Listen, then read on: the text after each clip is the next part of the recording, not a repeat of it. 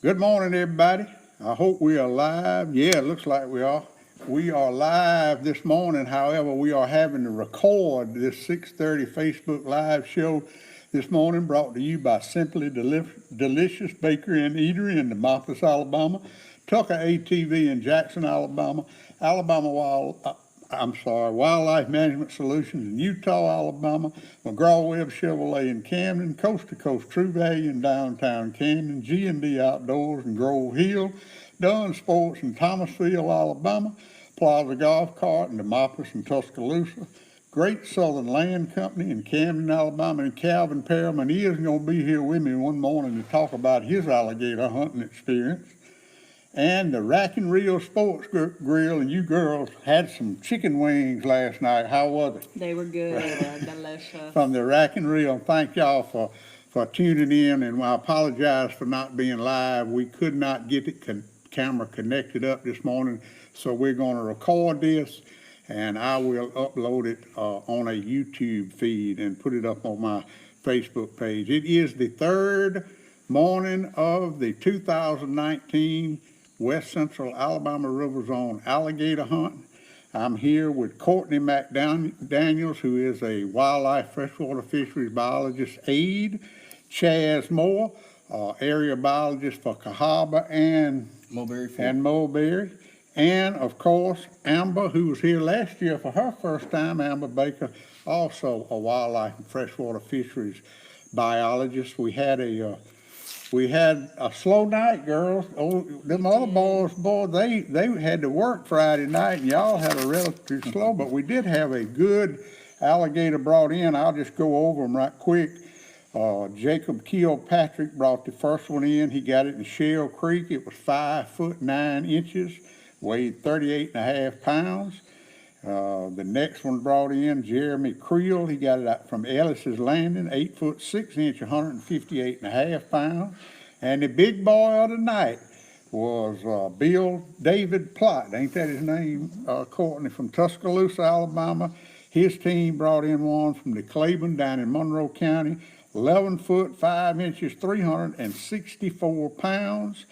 And on that team was David Fairclough, Morgan Kennedy, Little Charlie Bailey, Bill David Plott had the tag, John Taylor Hackman, and those boys were very proud of that alligator, wouldn't y'all say? Yeah. And then the Selma boys, they about hooked up with that old big Dallas County gator, but they said they had a hook in him and he got loose, and they settled for a 8 foot 5 inch alligator that weighed 142 pounds, and Travis Bennett was the tag holder in that one, and the team was Scott Gooseby, Travis Bennett, Benton and Crawford Traylor, and Blake Blackman. And so we didn't get but 4 in. That makes 20 total for the week. And that's all right. That's all right, Courtney. But anyway, that's what we had. Now I want to talk to these biologists for a minute, and first one I want to talk to is Courtney when she comes back, and I want to ask about, we had Amber on here last year, and she had her first experience on alligator hunt. This was Courtney. How was it, Courtney? Super exciting. It was a lot of anticipation waiting all night, but once we got them in, it was fun getting to pull them up on the backhoe and weigh them. That was the most exciting for most of the guys coming in. So it was a lot of fun. Well, now the way that y'all do it, you have to pick them up and weigh them. And by the way, Josh Weeks, we did have to recharge the scales. We doubted you at first, but we did have to recharge the scales. But we got that done. But the first one it brought in was the one Jacob Kilpatrick brought in from Shell Creek. It was a 5 foot 9, 38.5 pound. And when Paul Sign texted it to me, I said, that's a perfect alligator, Amber, for Courtney to start on. So and then here comes that 11.5, 364. It's a little different, isn't it, Courtney? Yeah. And you knew some of those guys. I did. I went to high school with a couple of them from Tuscaloosa. It's a small world. But it was a great experience for you tonight. Oh, so much fun. I'm definitely going to put in for a tag next year and try to join in the fun on the other side of it. Well, Amber, you're a veteran now. This was how's your weekend? It's going good. This is my second one I've been able to attend. It's just awesome to be able to put hands on something you usually aren't able to touch. I think all night we've been kind of talking about how cool it was to just be up and close and personal, and get to touch and feel these animals. So they're pretty awesome creatures, and it's really cool. It's tiring, but it's fun and it's awesome to be able to be out here. Now, you're exactly right. And I was telling all y'all, it's not many people that get up close and personal with a 11-foot, 5-inch, 364-pound alligator. Not many people who want to. That's right. All right, now, Chaz, I'm gonna get to you, but I want to talk to Amber first. What you got going on in your district? Ain't you got a lot of stuff going on you want to share with the people? Yeah. So technically, my position is a technical assistant wildlife biologist. So I work with a lot of private landowners in West Central Alabama. We have technical assistance biologists located all over the state who help private landowners with anything habitat management, wildlife management on your property, concerning anything from deer down to songbirds, lizards, and snakes. So we're happy to come out and help you guys. We host seminars, we do workshops, we help local schools, any kind of questions and answers over emails, anything pertaining to permits. Feel free to reach out to any of the technical assistants in your area. Tell them how to get up with you.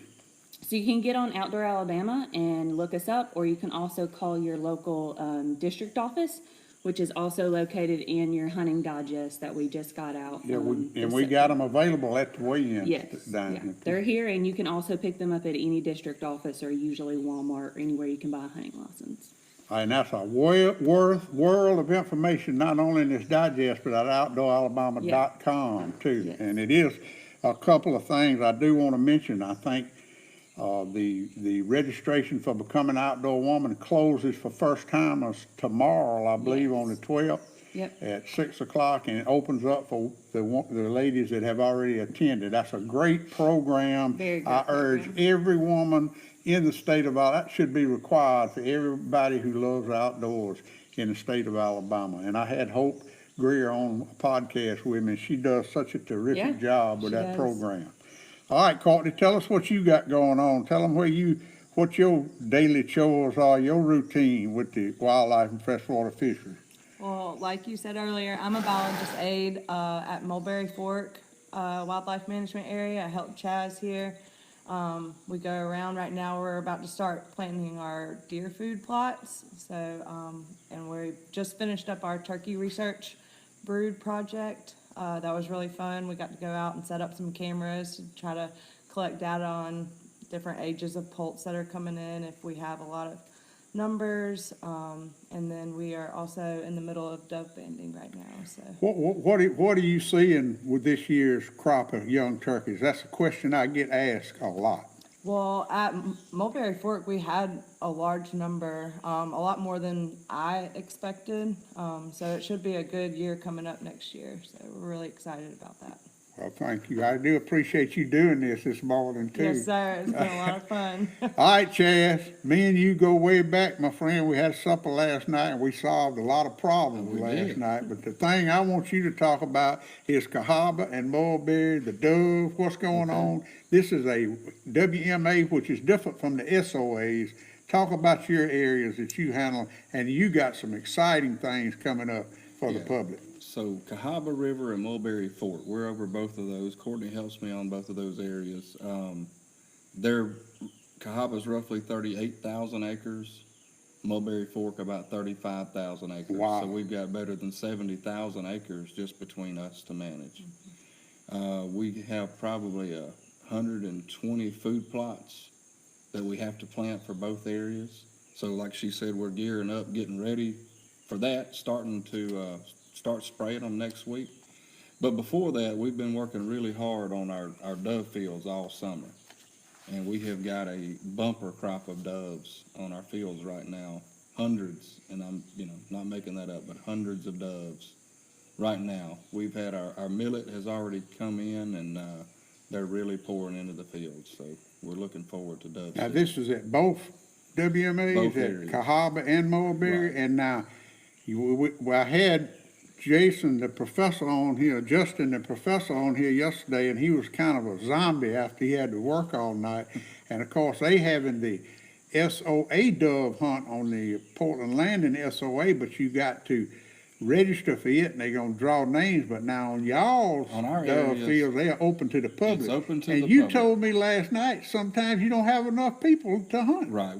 Where our fields are, especially on Cahaba, is on the old mining reclamation lands where they've stripped it out, and they'll let us plant a certain portion of that back for wildlife. But the land is really open, so you could have hundreds of people hunting, and still not have enough to keep all the birds flying at once. Everybody likes to pile in right on the planted portion, but really some of the most successful hunters get on the outlying areas around the field where they like to kind of loaf around and roost, fly up in the trees and stuff before they go in the field. So that's always a good strategy. And now the season opens September the 7th at September 12 the o'clock. 7th. Now I got a biologist aide and 2 biologists here, and I'm gonna ask y'all the same question I asked the professor yesterday morning. Why do they open it up at 12 o'clock the first day, and then you shoot at daylight the next day? I've never got a clear answer on that. I don't think any of I us don't know. do. Because it's the way it's always That's the been. way it's always, Always that's been. y'all's stock answer. But Yeah. anyway, now, is it open to the public every day, or do It you is not. have seasons? It's open on select days, and right now we're doing Wednesdays and Saturday afternoons only during the state season on the management area, Cahaba and Mulberry Fort. So if y'all want to go on a darn good dove hunt, go to outdooralabama.com, look up Cahaba or Mulberry, WMA, and there I hear people say, there ain't nowhere to hunt doves, ain't nowhere to hunt doves, ain't no public land. Well, here you go, I right can here. guarantee you our fields rival any pay shoot that you would ever want to go on. And it's free to you guys that live here in Alabama, anywhere. I guess anybody can hunt on it, as long as you got a hunting license. And to hunt on a management area for a small game, all you technically have to have is the heritage license. Okay, that's right. You don't even have to WMA, have the that's wildlife right. management That's area right. license, just a wildlife heritage. So license. that's good information for y'all today, and of course, everything is on outdooralabama.com, or your hunting guides that are all out now. Now, it's a couple of things I want to go over before I let y'all go, and I know y'all ready to go home. We got a fruit jar tournament coming up this Thursday, Roland Cooper State Park, starting at 4 o'clock. Chaz, you ought to come take them boys' money. That would be nice. Didn't you take some money from them last night over on Lay Lake? Oh, yeah, I did. And that will be Thursday, and of course, we talked about the Becoming an Outdoor Woman registration for first-timers ends tomorrow at 6 o'clock, and all you girls that have already attended, like Melissa Dove, you can sign up after 6 o'clock tomorrow. SOA deer and dove hunt registration starts on August the 19th. You go to outdooralabama.com and pick out your hunt, your deer hunt, or the way you want to hunt. And sign up for it, and that is a draw type hunt. It's the dove hunt, the registration for it opens up the same as the deer hunt, August the 19th, and closes on August the 30th, with the hunt being on September the 7th. The Stokes Gator, all you alligator hunters that are coming next week, if you come on Thursday, it is on display at the Millers Ferry Resource Office in Millers Ferry, Alabama.